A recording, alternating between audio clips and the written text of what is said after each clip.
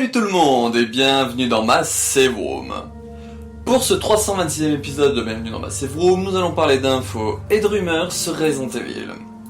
Donc il y aura pour aujourd'hui des rumeurs sur Resident Evil 4 Remake, des infos Resident Evil, il y a Dead by Daylight avec quelques petits leaks, et infos Capcom, notamment sur les chiffres de vente du Q1 2022.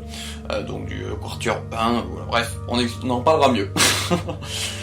Je n'évoquerai pas les rumeurs leaks de Resident Evil 9 que j'ai vu beaucoup tourner sur la toile ces jours-ci, parce qu'en fait c'est des leaks qui étaient déjà tournés en janvier 2022. Donc voilà, j'en ai déjà parlé dans une vidéo d'un info et rumeur où il y avait que ça dedans.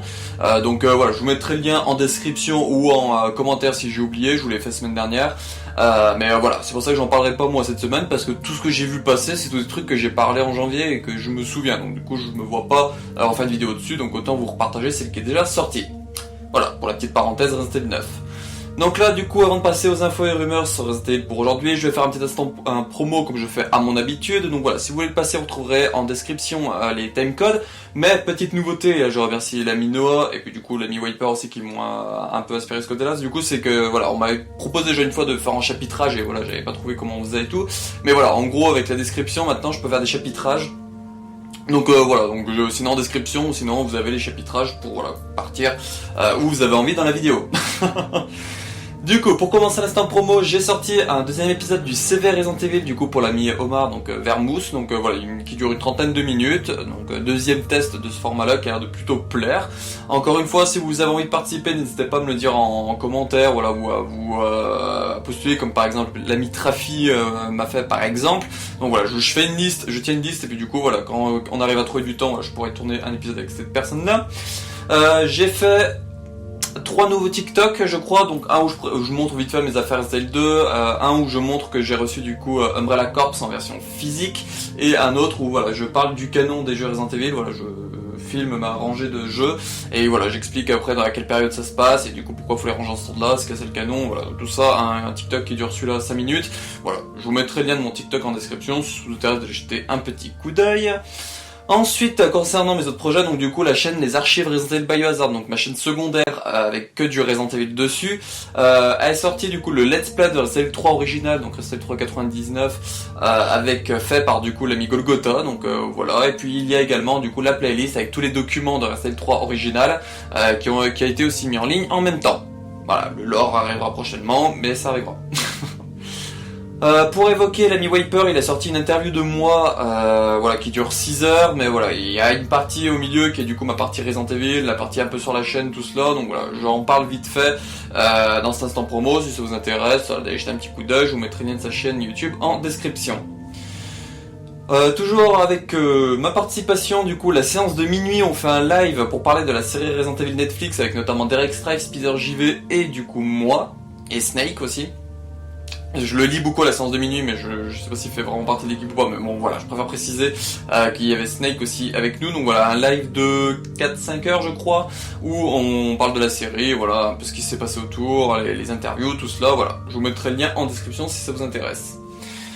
Carole Quinten a fait une vidéo pour réagir aux rumeurs Resident Evil 4 Remake que je vous parlais aujourd'hui, mais aussi des rumeurs de Resident Evil 9, donc voilà, les rumeurs leaks de Resident Evil 9. Alors ce que je trouve bizarre, c'est que techniquement elle en avait déjà parlé, donc c'est bizarre qu'elle ne s'en souvienne pas, mais je pense que c'est voilà, c'est pour faire un rafraîchissement vu qu'elle a sorti 50 000 vidéos entre temps. Donc voilà, je vous mettrai un de sa chaîne en description. Blizzard France ont mis diverses vidéos, comme par exemple ils ont continué leur Let's Play sur Outbreak 2, voilà, pour montrer des choses comme ça, ils ont mis une interview liée à RE8, et ils ont mis notamment aussi le trailer du projet W de DBD que je vous mets aussi en description, voilà, mais on en reviendra dessus plus tard dans l'épisode. Et pour terminer, donc du coup l'ami Noah, donc Silent Croft sur YouTube, a fait une vidéo semaine dernière pour parler des leaks de Resident Evil Dead by Daylight, le projet W. Alors la plupart des leaks du coup sont avérés vrais, mais il parlait notamment, il faisait la traduction des perks des personnages, donc voilà, si ça vous intéresse, je vous mettrai le lien de sa chaîne en description. Je sais pas s'il a fait des timecodes ou pas, mais normalement il en a potentiellement fait, vu que c'est lui qui m'a susurré l'idée d'en faire. Donc voilà, si ça vous intéresse, une vidéo en description, il y aura potentiellement du coup le descriptif des perks des personnages DBD si ça vous intéresse. Voilà, voilà. Donc c'est tout pour cet instant promo pour aujourd'hui, passons aux infos et rumeurs sur Resident Evil, on y va.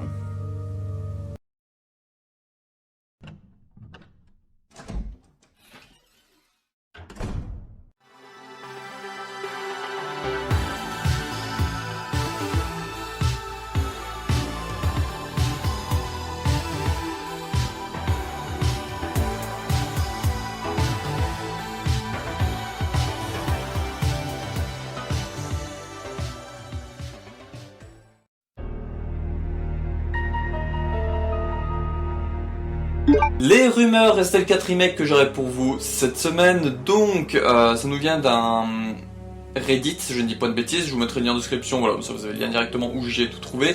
Je remercie l'ami Raptar qui m'y a partagé en premier, mais bon après voilà, j'y ai vu tourner, mais voilà, c'est lui le premier à avoir été sur le coup. Donc la première rumeur, l'IA d'Ashley serait bien meilleure. Elle pourrait par exemple jeter des cailloux sur les ennemis. Sa portion dans le château serait plus longue, mais elle aurait la possibilité d'utiliser un couteau. Donc cette partie-là, je la trouve très intéressante parce que l'IA d'Ashley était pour moi un des défauts dans Resident 4 parce qu'elle était vraiment débile. Je me souviens de toutes les fois où elle est morte comme une débile parce que genre je mettais des coups de couteau aux ennemis au sol et puis elle venait se mettre dans l'arc de mon couteau, donc elle se prenait un coup donc elle crevait. Yay. Donc voilà, une IA plus améliorée, voilà, on pouvait pas, comment dire, c'est pas vraiment étonnant parce qu'on est quand même 15 ans après. Un peu plus de 15 ans après, donc voilà, il y a eu des améliorations entre temps. Donc c'était le minimum syndical, je pense, d'avoir une IA améliorée. Mais du coup, ce côté-là où elle pourra jeter des cailloux, par exemple, je trouve ça très intéressant parce que du coup, elle pourrait par exemple dire ah il y a un ennemi, puis balancer des cailloux pour commencer à lui faire des petits dégâts, peut-être le stunt même. Ça pourrait être cool comme ça, parce qu'elle pourrait peut-être le stunt à l'ennemi, genre lui jetant un caillou, genre au bout de 2-3 cailloux, elle le stunt. Ça pourrait être un truc sympa, voilà, pour nous aider, qu'elle sert pas à rien, à juste à gueuler ou à Leon, help, et puis que ça nous casse les couilles.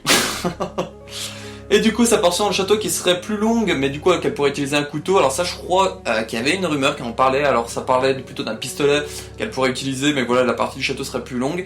Donc à voir. Alors je trouverais ça intéressant, utiliser un couteau plutôt que sa petite phase où du coup elle devait lancer des petites lampes à huile. Voilà, un petit couteau, ça serait cool, mais ce qu'il y a, c'est qu'après, il faudra garder l'idée qu'elle sait utiliser un couteau, et que du coup, bah, si elle nous raccompagne après cette phase-là, bah, qu'elle ait son couteau, et qu'elle puisse nous aider avec un couteau. Je pense que c'est le meilleur à faire, parce que si après, une fois qu'elle nous rejoint, elle utilise plus de couteau, et puis d'un coup, elle redevient useless, je comprendrais pas le but. Voilà. Je trouve que ce serait intéressant, par exemple, qu'avant sa phase de couteau, elle utilise genre des cailloux, elle peut balancer 2-3 petites bêtises qui lui traînent sur la main, mais qu'après qu'une fois qu'elle ait utilisé cette phase-là avec le couteau, la phase où on la joue, bah du coup la phase d'après, à chaque fois qu'elle sera avec nous, elle aura un couteau elle aussi. Je trouve que ce serait ultra intéressant de rajouter cette mécanique-là, du coup ça montrerait que Ashley évolue entre-temps. À mon avis, voilà. Louis aurait un meilleur scénario, avec notamment des flashbacks et des scènes avec son grand-père. Alors du coup Louis amélioré, alors ça c'est toutes les rumeurs, tous les leaks, tout ce que voilà, vous appelez ça comme vous avez envie, bon c'est tout des rumeurs pour moi. Voilà, toutes les rumeurs évoquaient que Louis serait un personnage très amélioré, donc il y en avait d'autres rumeurs qui parlaient que voilà il serait transformé plutôt en monstre dans le château et que du coup il nous traquerait plutôt que de mourir comme un caca. Donc voilà, à voir si ça va se faire, mais du coup voilà, il aurait déjà un meilleur scénario et on verrait du coup des flashbacks potentiellement de son passé avec son grand-père. Alors ce qui serait cool. Ce qui serait cool, c'est que il y a une fan théorie d'internet que je vous avais fait une vidéo dessus. Voilà, si j'y pense, je vous la mettrai en description aussi. Ce serait qu'en gros, le marchand de Resident 4 serait du coup un ancêtre de Louis, c'est potentiellement son grand-père. C'est pour ça que du coup, il connaîtrait tous les passages secrets. Voilà, c'est pour ça qu'il serait partout dans la map qu'on connaît. Donc voilà, et du coup, qu'ils évoquent là dans ces rumeurs là que potentiellement on pourrait voir des scènes avec son grand-père, ça pourrait confirmer cette petite théorie dans Resident 4 Remake qu'en gros le grand-père de Louis sera vraiment le marchand. Donc voilà, s'ils font ça, ça serait vraiment ultra cool je trouve, voilà, de voir cette petite théorie se confirmer, je pense 15 ans après sa sortie, parce que je pense qu'elle a dû se faire dans la foulée de la sortie de Resident 4, voilà, on est à 17 ans après Resident 4, parce qu'il est sorti en 2004-2005, plus en 2005, mais voilà, bref, dans les grandes lignes, ça pourrait être sympa. Bitores Mendez aurait aussi une meilleure histoire et il stalkerait, comme le T103 ou Mister X, pour ceux qui savent pas que c'est le T103 c'est le vrai nom, de ces deux remakes. Il aurait toujours sa forme centipède et le combat se déroulerait toujours dans une grange. Alors Bitores Mendez qui stalkerait dans le village, alors ce qui est bizarre, c'est que beaucoup de rumeurs se contredisent parce que, notamment les dernières rumeurs que je vous ai parlé, ça disait que ce serait du coup le docteur Salvador, donc le gars de la tronçonneuse, qui nous stalkerait dans le village, et là ils nous disent plutôt Bitores Mendez. Alors, dans tous les cas, toutes les rumeurs semblent s'accorder qu'on aura un personnage qui va nous stalker dans le village, donc à voir. Ce principe-là de stalker, je sais pas, ça fait 3 jeux déjà qu'on ira, avec celui-là ça fera 4 jeux d'un personnage qui nous stalk, et je sais pas, au bout d'un moment il va peut-être falloir que Capcom trouve une autre idée ou passe à autre chose, parce que voilà, ce côté-là d'avoir un ennemi un peu invincible qui nous stalk en boucle, bah ça va vite devenir redondant. Hein. Un jeu avec Zelda Remake où c'est tout le long, Voilà, ça passe. Le Nemesis, bah, ça a été déjà dans l'original, ça passe. Même par contre, Dimitrescu, j'ai trouvé ça vraiment inutile. Surtout qu'elle était... on pouvait pas la stunt, j'ai vraiment pas aimé ce truc-là. Donc voilà, à voir. Dit Torres Mendez aura potentiellement des phases où on pourra le stunt un peu à la T103. Donc voilà, et du coup il aurait sa forme centipède et le combat toujours dans la grange, donc voilà, ça serait toujours d'actualité, donc j'ai hâte quand même de voir sa forme du coup Hero Engine avec le centipède, je pense que ça va être vraiment dégueulasse à voir. À voir. Le combat contre Del Lago serait différent, il ressemblerait au combat contre Moro dans Resident 8. On pourrait toujours tirer dans l'eau pour avoir un jumpscare, mais il ne nous mangera plus. Là je m'y pas, mais voilà, pas plus, c'est à peu près la même chose. Donc le combat Del Lago qui serait différent et qui ressemblerait du coup au combat de Moro, donc on sait que le Del Lago c'est une salamandre de base, et les salamandres, du coup on voit notamment sur le design du Del Lago qu'il a 4 pattes. Donc ça veut dire que potentiellement il y a peut-être une phase où il va peut-être sortir de l'eau, on va peut-être pouvoir le combattre hors de l'eau, il y aura peut-être toujours là-bas la phase avec la barque, parce que dans le trailer on voit Léon couché sur une barque, donc voilà, il y aura peut-être la phase sur la barque, mais au bout d'un moment peut-être que la barque va peut-être s'échouer, et du coup le Del Lago va peut-être nous chasser sur la terre ferme. Et du coup ça mélangera un peu les deux côtés de Moro, où du coup une première phase, voilà, il est dans l'eau, il essaie de nous attaquer tout ça, et après une fois qu'on baisse le niveau de l'eau, hop, il est en parenthèse terrestre, et du coup il nous attaque comme ça. Voilà, il y aura peut-être cette idée là où voilà, il y aura 2 phases de combat avec Del Lago, une depuis le bateau et une sur terrestre. Et du coup bah voilà, on pourra toujours tirer dans l'eau pour le jumpscare, mais du coup qui sortira plus pour nous bouffer comme dans L4 original. J'ai envie de dire pourquoi pas, c'est pas quelque chose non plus que je trouve ultra intéressant. Sur ce côté là, voilà, ça surprend, moi je l'avais jamais fait avant, je l'ai fait pour le trophée PS3 là, pour la première fois. Voilà, sinon je l'avais jamais fait avant, je savais même pas que c'était faisable. Donc j'ai appris ça il y a... sur PS3, j'ai dû le faire il y a... C'était en 2014, donc ouais, il y a quasiment 10 ans. Alors le jeu, je le connais depuis 2007-2008 au moins. Voilà. Ensuite, Salazar serait toujours un nain, mais une personnalité plus effrayante. Donc, toujours un nain, bah là ça contredit d'autres rumeurs qui disaient que Salazar serait différent, et notamment ce serait plus un nain, voilà, pour les polémiques de maintenant, voilà, les trucs dans ce genre-là. Donc là, ces rumeurs-là laisseraient plutôt entendre que du coup il serait toujours un nain, donc à voir. Moi j'aimerais bien qu'il reste un nain, voilà, ça garderait un peu ce côté-là du personnage un peu spécial avec son nanisme. Et du coup, qu'il aurait une personnalité plus effrayante. Alors je trouvais que parfois quand même il était un peu creepy dans le RE4 original, notamment quand il se met à rire comme la première fois qu'on le rencontre, on l'entend rire un peu comme un débile avant. Il y a des phases où quand il se prend le couteau dans la main, après il se met à pleurer, on dirait un espèce de gosse, un peu un gosse adulte parfois. Voilà, il a vraiment cette mentalité un peu bizarre. Donc là voilà, à voir comment plus effrayante, comment ça va être. Est-ce qu'il va vraiment rire, est-ce que ça va être du coup la voix qui va faire tout le travail, à voir. Salazar aurait un seul verdugo en bras droit qui nous stalkerait dans le château. On pourrait le stunt, mais il serait impossible à tuer, pour qu'il puisse fusionner avec Salazar à la fin. Bon, ce que je disais tout à l'heure, encore cette idée d'un ennemi qui nous stalk, invincible. Alors, personnellement, je suis pas fan de ce côté-là, parce que ce qui faisait la beauté du Verdugo, c'est l'espèce de combat qu'on a contre lui, donc le premier Verdugo, où voilà, on est en train de courir dans les égouts, il y a sa queue qui passe à travers, ou sinon il y a ses griffes qui essaient de nous choper par-dessous, voilà, il essaie de nous attaquer différemment, et puis hop, après une fois qu'on active le courant, on a le combat qui se lance contre lui. Et c'est vraiment quelque chose que je trouvais ça super intéressant, et puis du coup voilà, ça montrait vraiment un combat de boss. Que là, juste qu'il nous stocke dans le château, et que bah voilà, il faudra essayer de le perdre, il faudra lui tirer dessus parfois pour peut-être... on pourrait le stun, ouais, c'est ça, c'est bien marqué qu'on pourra le stun, donc voilà le stunt, et puis après voilà, avancer. Je sais pas, je trouve que le Verdugo va perdre un peu de son truc. Bon après, en plus il n'y en aura qu'un. C'est vrai que le deuxième était plutôt inutile, il servait juste à la fusion, donc voilà, qu'ils en mettent qu'un, je trouve ça plutôt intéressant, ça évite qu'il y en ait un qui serve à rien. Mais voilà, donc du coup, qui nous stalk pour qu'ensuite, impossible à stunt, du moins impossible à tuer pour qu'il puisse fusionner à la fin avec du coup Salazar, bah... Encore là on aurait quand même 2 ennemis qui vont nous stunt à la fois. Ah, je suis pas trop fan. Voilà, à voir, encore une fois ça reste que des rumeurs, tout ce que je vous dis là. Le Ganado au minigun serait supprimé, ça ne serait pas le cas de ceux avec des lance-roquettes. Donc du coup le Ganado Minigun c'est celui qu'on croise du coup sur l'île, donc avec son petit béret rouge et son gros cigare, donc lui du coup il serait supprimé du jeu, donc voilà on en croisait dans mes souvenirs un à l'arrivée sur l'île, un sur Drake et sur l'espèce d'île où il y a l'hélico qui va nous aider, et ensuite à la fin on en croise un au moment où il faut activer les 2 boutons pour ouvrir la porte, donc on en croise au moins 3 avec Léon du moins. Donc voilà, ce personnage là serait supprimé, donc je sais pas pourquoi, je le trouvais intéressant, alors très chiant en mode pro. Mais voilà, je le trouvais quand même intéressant, et puis je me suis dit que ça pourrait être à donner à un ennemi qui utilise des armes un peu spéciales de Hero Engine, voilà, parce que pour le moment on n'a pas eu d'ennemis qui utilisent vraiment des armes à part Nemesis, là qui me viennent en tête, donc voilà, ça aurait pu donner un ennemi assez sympathique, mais voilà, potentiellement supprimé. Et par contre ceux utilisant des lance-roquettes seraient gardés, donc aux lance-roquettes là il y en a qui me viennent en tête, c'est plutôt dans le château, il y a ceux au moment où on récupère alors je crois que c'est l'emblème de la chèvre, il y en a 2 qui sont du coup à côté du coffre avec l'emblème, et du coup au moment où qui sont cachés même derrière le cadre, qui se lèvent, hop ils nous tirent une roquette et après ça se rebaisse, ou sinon une fois qu'on active le bouton pour faire le petit ponton vers le socle au milieu, il y a du coup les 2 lance-roquettes qui nous attendent pour nous tirer dessus dès qu'on sort de la porte.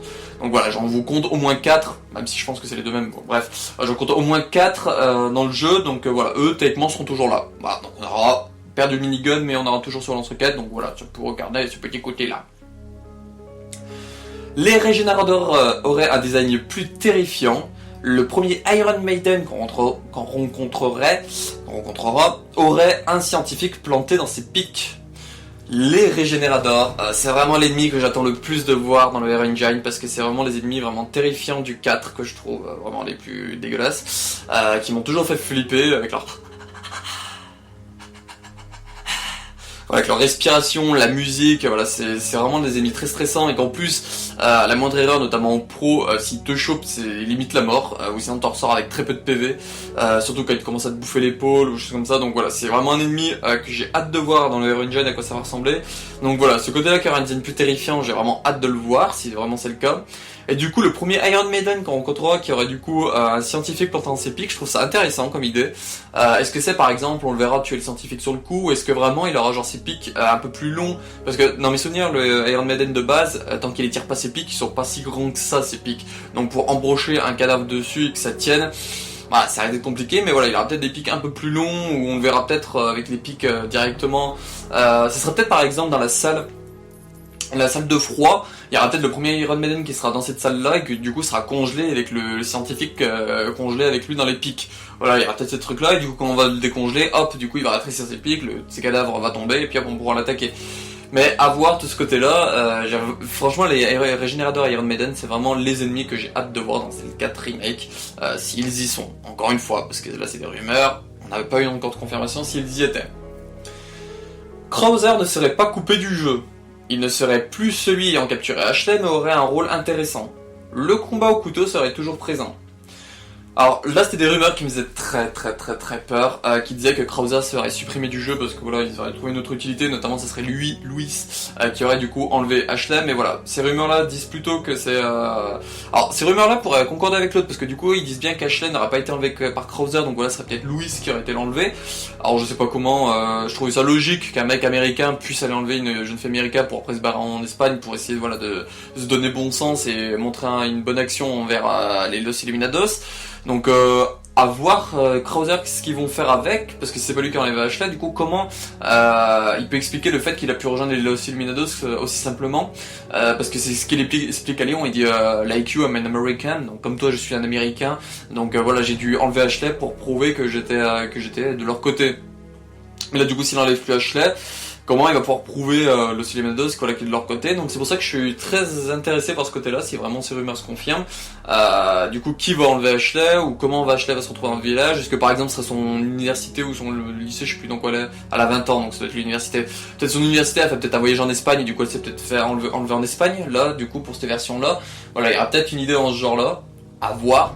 Mais voilà, et du coup il aura une histoire plus intéressante, donc à voir encore une fois, j'espère des liens du coup avec l'opération Ravière de Darkseid Chronicles, et du coup le combat au couteau serait toujours présent, donc je pense qu'il parle du combat avec les QTE, donc à voir potentiellement qu'ils sont en train de nous dire dans ces rumeurs là qu'il y aura toujours les QTE qui seront du coup de nouveau dans R4 Remake, voilà j'oublie le nom. Ah, Hero 4 Remake, il y aura potentiellement du coup toujours les QTE, ou sinon ce sera nous vraiment qui pourront guider le personnage avec... on aura peut-être droit qu'au couteau. Peut-être que Léon, genre, il va se faire frapper, il va se faire voler ses armes, et du coup on aura que le couteau, voilà, pour vraiment forcer le combat au couteau. À voir, mais j'ai vraiment hâte de découvrir tout cela. Et pour terminer, du coup, la dernière rumeur Resident Evil 4 Remake, 2 démos seraient prévues pour janvier 2023, tout comme Resident Evil 8, une démo village et une démo château. Alors, moi je serais très intéressé du coup par des démos, parce que voilà, ça permet de tester le jeu, de voir à quoi ça ressemble et tout, j'avais adoré faire celle de village. Donc là du coup il y en a toujours deux, et du coup toujours deux, et comme pour village, du coup une démo dans le village et une démo au château. Donc la démo village, je pense que ça pourrait être par exemple la première version dans le village, donc quand on arrive dans le village avec potentiellement tous les ganados qui nous attaquent tous là, ça pourrait être potentiellement ça. Et dans le château, je verrais peut-être la phase d'entrée. Alors la phase d'entrée par exemple c'est celle où il y a les catapultes qui essaient de tirer dessus. Voilà, une phase dans ce truc là, ou sinon vraiment dans le château. Voilà, ça pourrait être cool aussi vraiment dans le château, voir vraiment le château de Salazar en mode refait et tout. Oh là là, j'aimerais vraiment que ce soit ça, ouais, vraiment l'intérieur du château, pas l'extérieur, vraiment l'intérieur du château. Peut-être le jardin labyrinthe. Ce serait cool, le genre d'un labyrinthe, et du coup qu'on termine dans la chambre spéciale. Voilà, je me doute qu'il y aura des changements, mais voilà, je me base avec Resident Evil 4 original, ce qu'on a en scène qui pourrait être sympa pour une démo. Voilà, j'imaginerais bien peut-être ces côtés-là, et du coup on pourrait croiser potentiellement du coup dans les démos les premiers colmios, donc du coup les chiens Las Plagas. Donc voilà, les petits colmios, on pourrait les croiser du coup dans la démo château par exemple, et putain, ça serait vraiment top. Voilà, donc c'est tout ce que j'avais pour les rumeurs Resident Evil 4 pour aujourd'hui, donc voilà, beaucoup de choses, plus qu'à attendre des confirmations ou des négations sur ces choses-là. Voilà, je pense que Resident Evil 4, on aura des prochaines infos vraiment officielles au Tokyo Game Show fin septembre 2022, mais voilà, je me doute qu'on aura vraiment quelque chose avant, peut-être la Gamescom courant août, à voir, peut-être des interviews par-ci par-là, mais je pense vraiment le Tokyo Game Show à quasi sûr, voire certain qu'on aura du Resident Evil 4 Remake. Voilà, donc plus qu'à attendre septembre 2022. Donc, comme j'ai dit, c'était tout pour les rumeurs Resident Evil 4 Remake. Donc là, nous allons passer du coup aux infos Resident Evil liées à Dead by Daylight. On y va.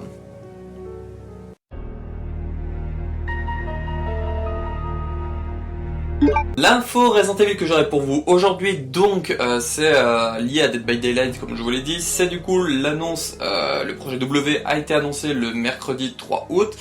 Donc avec un trailer notamment que je vous mettrai peut-être, voilà, je vais être gentil. Donc comme les rumeurs le confirment, comme les rumeurs le disaient, du coup ce qui est confirmé, Wesker sera bien en tueur avec sa tenue Resident Evil 5 iconique. Rebecca Chambers et Ada seront bien en survivante. Donc voilà, les petits leaks et les trucs ont été confirmés. Cependant, il ne semble pas utiliser un couteau, mais plutôt un espèce de tentacule Ouroboros dans certaines formes. Donc là encore, c'est à voir. Si ça va être confirmé ou pas. Wesker du coup pourra infecter avec Ouroboros et les survivants devront utiliser des sprays de premier secours qui se cacheront du coup sur les maps. Alors potentiellement du coup à la méthode Nemesis où du coup il y a les vaccins de virus T dans des coffres. Voilà, il y aura peut-être des coffres avec des sprays. Voilà, des leaks disaient que les sprays, il y en aurait possibilité d'utiliser plusieurs fois un seul spray. Donc voilà, à voir comment ça va fonctionner tout cela. Il y aura du coup 2 maps. Alors là c'est Iceweb, je vous mettrai le tweet en description. Iceweb qui a dit du coup qu'il y aura 2 maps RPD. Donc du coup Hall plus L Ouest et Hall plus L Est. Alors plutôt que du coup le commissariat entier comme la map de base, voilà, ils vont séparer du coup en deux, donc Hall plus L Ouest et du coup Hall plus L Est. Donc moi je trouve ça vraiment très intéressant comme idée parce que la map du RPD était vraiment énorme, il y avait beaucoup de pièces pour trouver les générateurs, c'était terrible, parfois tu faisais 40 fois le tour pour trouver un seul générateur, les totems c'était la misère aussi pour trouver. Donc voilà, séparé en deux, Hall plus une L, je trouve ça vraiment très intéressant. Donc voilà, plus qu'à voir vraiment une confirmation, mais voilà, Iceweb a l'air d'en parler, donc c'est peut-être qu'ils l'ont parlé lors de l'annonce. Moi je n'ai pas pu la suivre parce que du coup j'étais en live avec du coup la séance de minuit. En autre confirmation que l'on a eu, DC Douglas a confirmé qu'il ne fait pas la voix du personnage, donc voilà, il y aura un nouveau doubleur pour Wesker. Et du coup, pas de date pour le moment, ça va bien à la fin, coming soon. Voilà, je sais pas si le trailer aura fini depuis un moment ou pas. Dans le doute, voilà, je vous aurais mis l'image du post Instagram de DC Douglas pour confirmer tout cela. Donc voilà, enfin officiel, Wesker du coup en tueur DBD, ça va être cool ça, il a l'air vraiment stylé, en plus il va reparler et tout.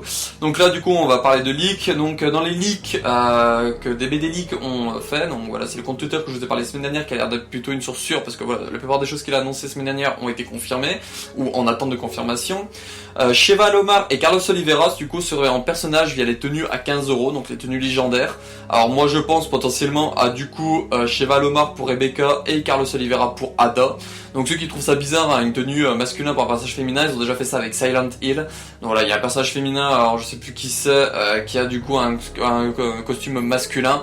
Alors du coup, il y en a qui avec des bugs, ils mettent le corps du masculin sur les jambes du féminin, c'est très bizarre à voir. Mais voilà, donc du coup c'est déjà arrivé, donc voilà, c'est possible que par exemple Carlos soit en skin pour Ada ou pour Rebecca. Donc voilà, et l'autre leak qu'ils ont dit, c'est que du coup chaque personnage aurait des voix. Donc voilà, chaque personnage aura des petites phrases de dialogue à dire. Donc il y aurait du coup les personnages de ce nouveau DLC, donc du coup Wesker, Ada, Sheva, Rebecca et du coup Carlos, mais aussi du coup ceux du premier DLC, parce que du coup on voit dans la vidéo que je vous mettrai en description qu'il y a aussi des voix pour Léon, pour Claire, pour Jill et pour Chris. Voilà, donc ça je trouve ça vraiment très cool, ça va mettre des personnages un peu qui parlent, en espérant que ça soit pas relou au bout d'un moment, parce que par exemple l'autre personnage qui est de, comment ça s'appelle, H versus Evil Dead je crois, il fait vraiment que parler, c'est vraiment terrible, hein. Dès que tu rejoins un lobby, il est là, oh ta bouche. Donc voilà, j'espère qu'ils vont pas parler autant que cela. Donc voilà, c'est ça pour ces petits leaks, on verra sa confirmation ou pas. Comme je l'ai dit, il n'y a toujours pas de date pour ce DLC là, qui sera normalement comme les autres DLC, je crois, 12€. Du coup, il n'y a pas eu d'annonce de tenue secondaire encore pour le moment, mais voilà, l'ami Noah, que je vous partage sa vidéo en description, Silent Croft, fait des théories sur quelle tenue il pourrait y avoir pour les personnages. Voilà, il y a certaines tenues qu'il évoque qui pourraient être cool, notamment par exemple pour Wesker, la Wesker Stars, pour Rebecca, par exemple, une tenue secondaire de Resident Evil 0, par exemple celle en rouge, ou la tenue originale, la tenue de la Nintendo 64, la version 64, donc voilà, des choses dans ce genre-là. Et puis pour Ada, par exemple, la tenue RE4 pour aller du coup avec le Léon RE4 qu'on a déjà. Voilà. Donc voilà. C'était tout ce que j'avais du coup pour le projet W, plus qu'à attendre une date, il n'y a pas eu de date non plus pour le PTB, des rumeurs disaient pour le 9 août, mais je pense qu'ils nous l'auraient annoncé pour le 9 août, c'est vraiment ça va être à ce moment-là les PTB. Donc voilà, je vous tiendrai au courant dans un prochain info et rumeurs, quand on aura des infos ou des rumeurs là-dessus. Donc là on va terminer cette vidéo du coup avec les infos Capcom, qui sont du coup les chiffres de vente du Q1 2022 pour Capcom. On y va.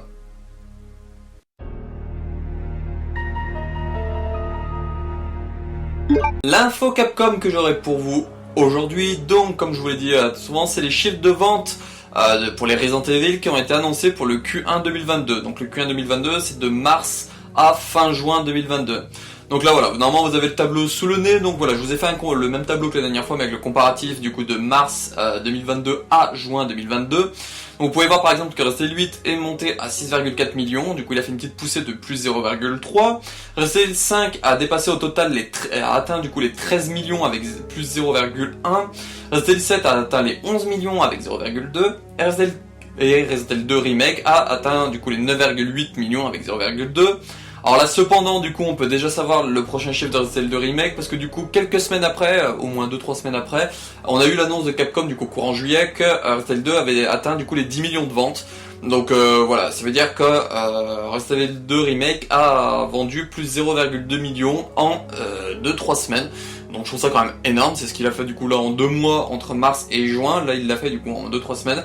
Donc voilà, je suis très content pour ce petit Resident Evil 2 Remake qui fait lentement sa petite poussée. J'espère vraiment qu'à terme il dépasse les recettes. Mais voilà, pour les petits chiffres Capcom, voilà, vous avez le petit tableau, et du coup on est monté aussi à 2 millions au total en plus, donc voilà, on avait atteint du coup en mars les 125 millions, et là du coup on est à 127 millions, qui étaient vendus pour les Resident Evil.